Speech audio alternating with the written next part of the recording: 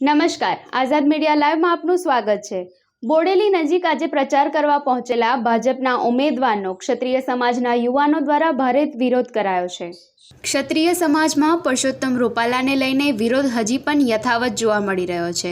Parshottam રૂપાલાની ticket રદ ન થતાં ક્ષત્રિય સમાજ હવે રોષે ભરાયો છે। ત્યારે આજે બોડેલી નજીક પ્રચાર કરવા પહોંચેલા ભાજપના ઉમેદવારના કાફલાનો ક્ષત્રિય સમાજના યુવાનો દ્વારા ભારે વિરોધ કરાયો છે। ભાજપ ઉમેદવારના કાફલાને ક્ષત્રિય સમાજના યુવાનોએ ઘેરવાનો પ્રયાસ કર્યો અને સૂત્રોચ્ચાર કરીને પોતાનો વિરોધ વ્યક્ત કર્યો, જેને પગલે ભાજપ ઉમેદવારનો કાફલો પ્રચાર કર્યા વિના જ પરત ફર્યો હતો। ક્ષત્રિય સમાજના યુવાનોના વિરોધને પગલે આ મામલો ગરમાયો છે અને સ્થાનિક પોલીસનો કાફલો ઘટના સ્થળે દોડી આવ્યો હતો। મહત્વનું છે કે સ્થાનિક પોલીસે પહોંચીને સ્થિતિને કાબૂમાં લીધી હતી।